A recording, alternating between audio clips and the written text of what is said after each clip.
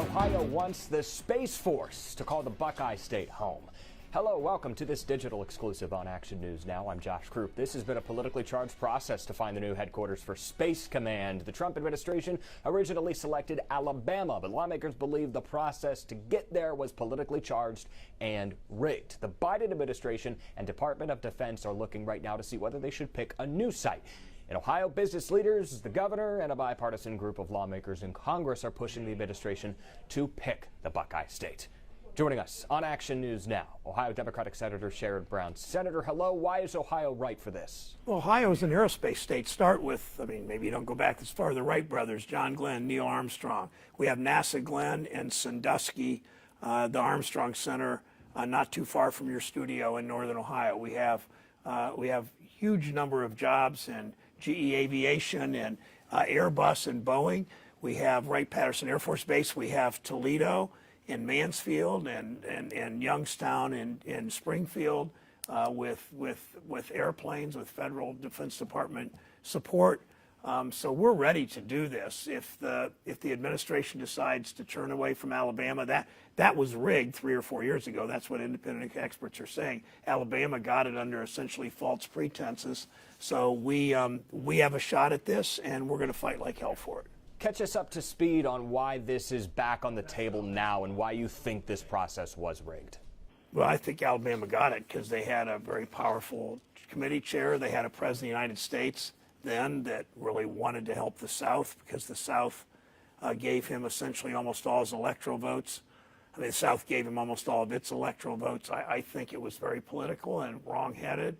Let's do this fairly, and maybe Ohio doesn't win, but we'll sure be in there fighting because we've got all the ingredients they need with economic development and mayors and Congressman Joyce, a Republican, and I are leading the letter to, of course, an aerospace industry, universities, all the things, NASA, all the things that the ingredients that go into a victory here. We hear you talk about middle America getting left out of the conversation for major projects or developments, but we've seen a little bit of a shift there in Ohio recently. And as you say, you hope to get rid of the term Rust Belt. Why is Space Command part of that equation? Yeah, well, we're getting rid of the term Rust Belt because we got chips in Ohio.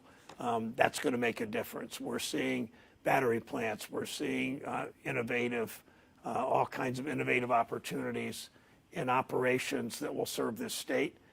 We know that we are equipped, if we get this Space Command, Space Force, we are equipped to do it right. And even if we don't, we have helped because of this letter Congressman Joyce and I are doing and all the help from economic development people and from universities and from communities that care about this.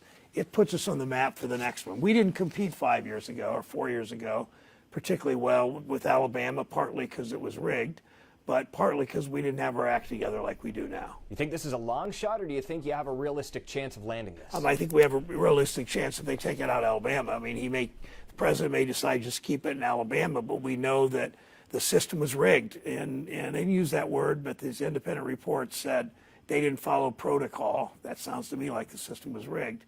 And selecting Alabama for this site. So Alabama, other than a NASA facility, doesn't really have any of these things that would really matter to Space Force. Finally, what needs to happen to get this done, and do you have a timeline for us? I do not know a timeline. I know that the Department of Defense doesn't always work quickly, but we are acting as if it's coming shortly because we've gathered this support quickly. We've scaled up the support in Ohio for these projects, and we know that can only help us in the future. Okay, Senator Sherrod Brown, Democrat from Ohio, thanks for joining us. That concludes this digital exclusive on Action News Now. Head to our website and our streaming apps for more videos and stories about things happening in your community. For 13 Action News, I'm Josh Krupp. Good day.